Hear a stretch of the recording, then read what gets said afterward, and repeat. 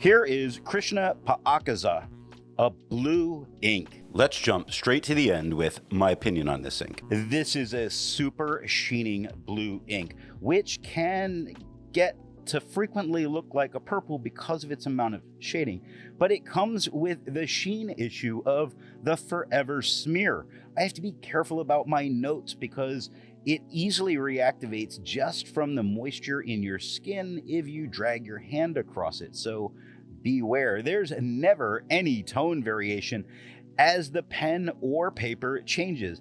And I won't say it shades, but the sheen is very strong and consistent. On non-fountain pen friendly paper, the tone and sheen are fairly similar to the better paper, but the feather and spread are out of control, making it almost unreadable. I doubt I will ever be able to use up this ink, but instead probably have to move on so that I can repurpose this very cool bottle. The pen for today is a Pelikan M1005. Now that we know my opinion on this ink, let's see how I got there with the first writing sample done on Clairfontaine. We can see here just how dark a blue this is, and the sheen really does come through, giving it quite a bit of purple. Now, I'm going to say that I'm looking at it as you're watching me write, and I see the smears, and it's horrible for that reason. It doesn't feather and it doesn't spread, it doesn't shade, it sheens incredibly well, but it just never dries, and there is a problem with that.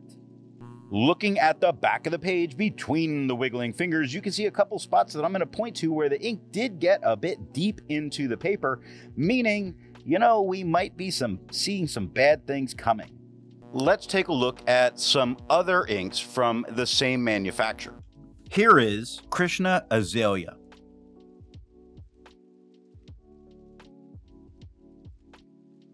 Here is Krishna Bohemia.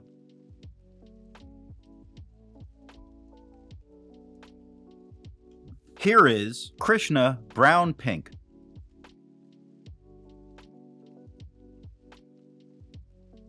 Here is Krishna Dark Chocolate.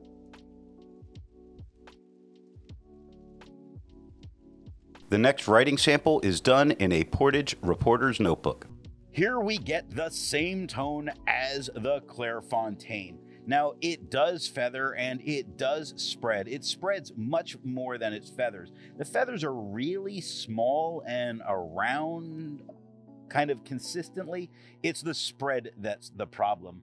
The more absorbent paper has it doing that, but the more absorbent paper also has it to where I'm not smearing it with my finger as I'm saying this. The sheen does come through in that it shows some real color change where the sheen is located. Looking at the back of the page between the wiggling fingers, we can see how deep this ink got into the paper. A couple of areas that it looks like it almost was ready to come through. The ghosting's not horrible. It did not bleed through touching the page underneath, so here it may be a workable situation in a finer nib. There's a lot to learn by doing multiple chromatographies. The one on the left is immediately put into water for 10 to 15 seconds. The one on the right, marked with a D, is let dry for 10 minutes before putting into water. The next writing sample is done on a national brand Steno notebook. Here is where things go horribly wrong. It is the same tone that we got on the Clairfontaine, and the sheen really does show in the color changes that's going on. Same tone, though, as the Clairfontaine. The feathering and the spreading are out of control. It makes this unusable to me. It is really just gross to look at. Look at Midday, Forest, look at the banners on the second line is one of the better words that's written here. This is just unusable.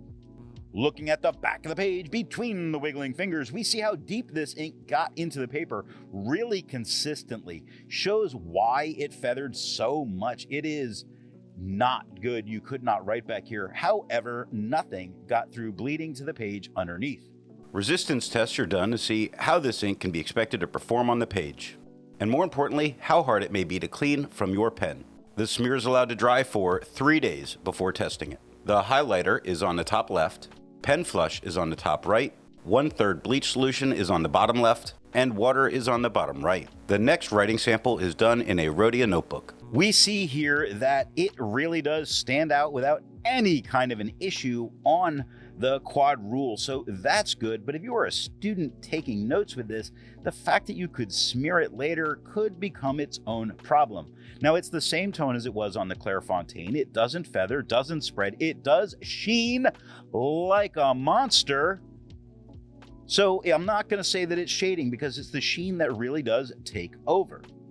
Looking at the back of the page, between the wiggling fingers, we see some areas that are quite distressful because it really gets deep into this paper. And this is a coated paper, not normally a problem. Now, most of it doesn't really have any kind of bleeding or ghosting issue.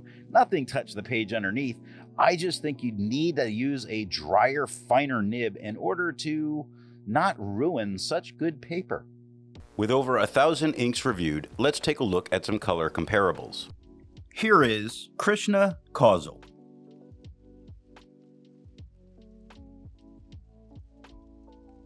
Here is Krishna Cool Breeze.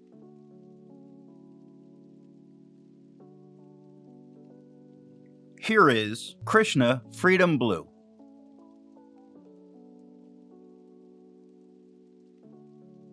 Here is Krishna Sailors.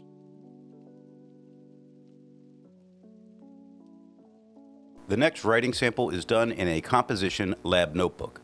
It still stands out very well against the quad rule. It has the same tone that we had on the Clairfontaine. It does feather, it does spread, which are not normal problems that we have with this paper. Normally this paper is going to go ahead and dull it and make it a little flatter in tone. Not so much what's going on here. We see where the sheen is. It looks as if it's shading, but we just know that it's the sheen. It's the feathering that isn't out of control, but I'm not used to seeing on this paper. That is a problem. The spread, also not a major problem with this paper, is much more present and much more of a problem for me for that reason. Looking at the back of the page though, there's no bleeding and no ghosting, so at least with a different ink you could write on the back of the page. While it's nice to see ink in the same color family, I prefer to see ink to complement the color on the page. Here is Kayo no Oto Imeyu Iro. Here is Krishna Orange Honey.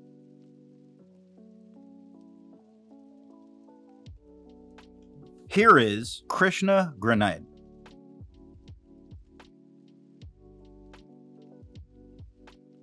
Here is Krishna Yellow Valley.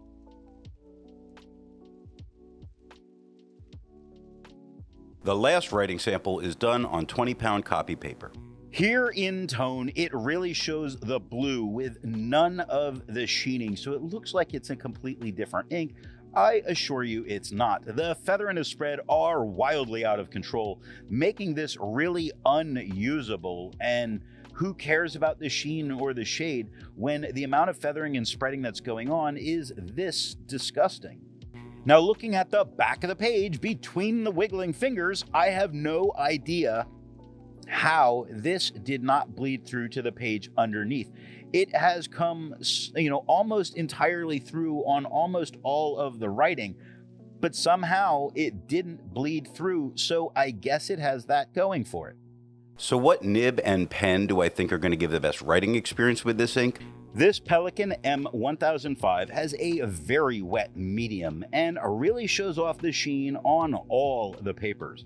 Off camera, I did put this in a dry fine to see if I could get better control over what's happening with the non-fountain pen friendly paper, and nothing changed really at all. It performed basically the same. A lot of feathering, a lot of spread, much more aggressive ink than I was really expecting out of it. So for every pen and paper I used, this did give the same consistent performance, which is a good thing.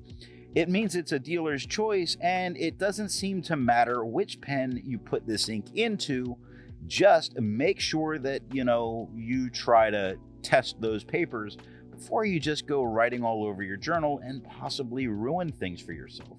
I hope you got something out of this video, and thanks for watching. I want to let you know that the best way you can support this or any channel is to let retailers know where you heard of something if you go to buy.